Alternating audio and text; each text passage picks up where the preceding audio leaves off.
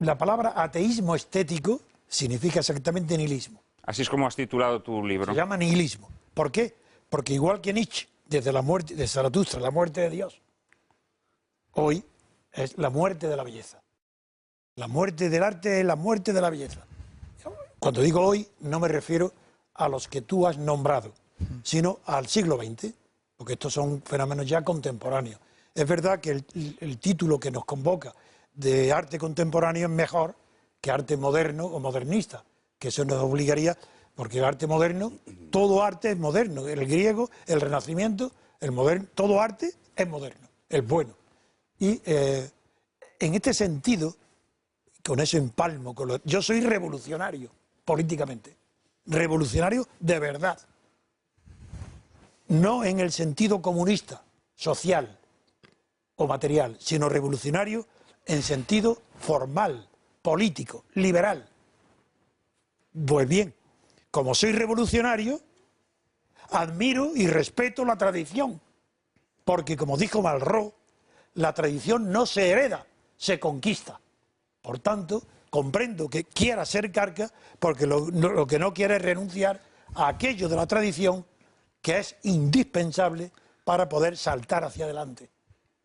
Cuento una anécdota muy conocida, no muy conocida, pero muy graciosa. Lenin acaba de triunfar al día siguiente de la toma del Palacio de Invierno, ya está decorando su despacho y está en una silla montado clavando un cuadro del zar Pedro el Grande. Y entra Trotsky. Y claro, se ve de espaldas clavando, ¿sabes? Y dice, ¿pero qué haces? Se te va a caer en la cabeza. Y Lenin dice, sabes perfectamente, si no te lo digo para que lo sepas, que mi ídolo, lo que yo quiero hacer con la revolución, es lo de Pedro el Grande. Esa es la tradición. Eso es lo que hay que conquistar mediante la revolución. Yo quiero una revolución política contra lo mismo que habéis dicho antes de la lata de artistas de Merd.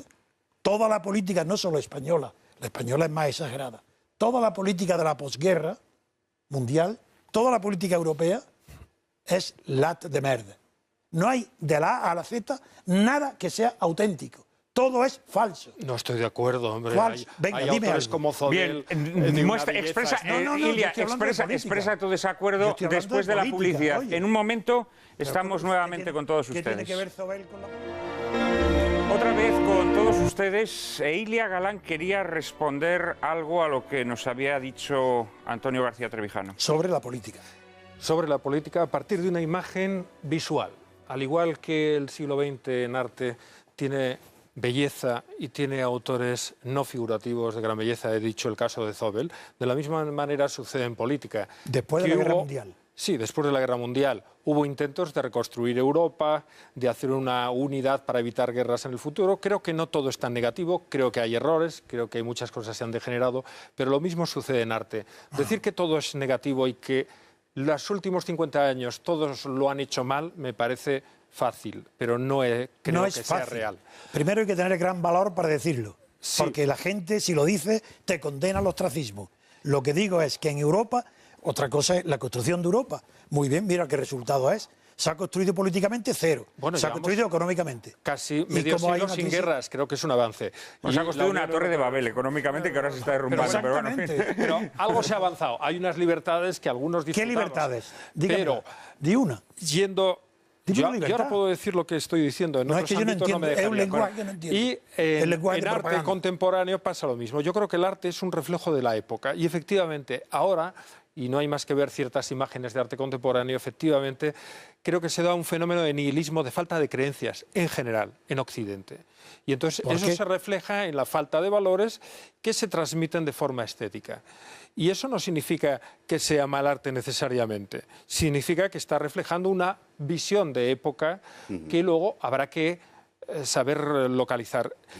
También considero que no es una cuestión de carca o de progres, sino que las obras interesantes que lo siguen siendo para otras generaciones lo serán. Se trata de ver las buenas obras de arte, las que tienen una categoría que son capaces de traspasar su época. Y eso lo logran mediante unas cualidades no solo técnicas, no solo de escándalo, no solo de novedad, sino también de contenido. Claro. ¿Qué ocurre? Que en la actualidad creo que lo que falta en muchos artistas es contenido.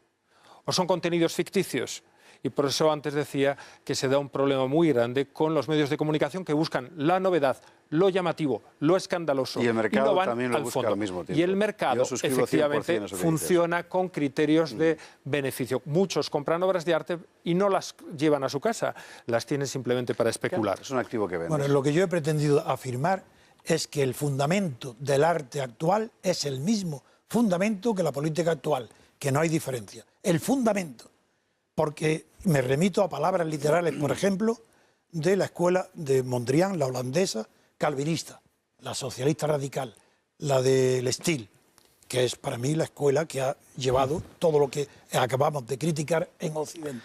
Bueno, en el fondo hay que tener una posición. La frase que dice, él primero fue el vanguardista número uno del arte malo, del no arte, y luego terminó aburrido, se dedicó nada más que a la arquitectura, aunque en el origen todos eran arquitectos. Dijo, literalmente, hablando de sí mismo, de las vanguardias del año 14, antes de la guerra, y del año 19, después de la República de Weimar, dijo,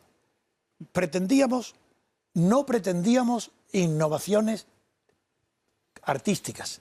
Lo que buscábamos era poder, pero poder puro, para poder influir en la cultura.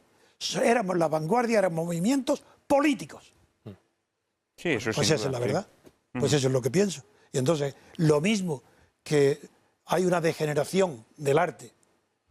Cuando hablo de esto no me refiero a las obras buenas. Estamos hablando del arte de mercado que he cotizado y que no es nada. En la política, cuando he dicho antes la política, la conozco muy bien, he dedicado mi vida al estudio de la política europea y no estoy hablando de que tenga ventajas, estoy hablando de que no hay libertad política. Cuando he dicho que libertad es qué, porque no hay libertad política. Por ejemplo, todos repetís, todos, seguro que os pregunto, ¿y la libertad? Pues la libertad personal e individual termina donde empieza de los demás. Yo digo falso, eso es mentira, propaganda, falso, eso es el derecho subjetivo. La libertad política es la colectiva y justamente empieza la mía cuando empieza la de los demás. Si tú no eres libre, yo tampoco lo soy. Eso no hay en Europa un solo país que tenga esa concepción de la política, que es la única, la verdad, la verdadera. La verdad es igual a libertad política. Y he criticado que el arte y la política son expresiones de lo mismo, de la misma nadería, pero del mismo mercado. Es decir, que enriquece a los artistas de mercado y enriquece a los políticos de mercado. ¿Qué más da? Bueno, pero en esa visión paralela de política y arte, entonces podríamos decir que el arte contemporáneo, creyéndose más libre que nunca, es más esclavo que nunca. Sin duda a lo mejor ninguna. también, ¿no? Bueno, al final del ensayo...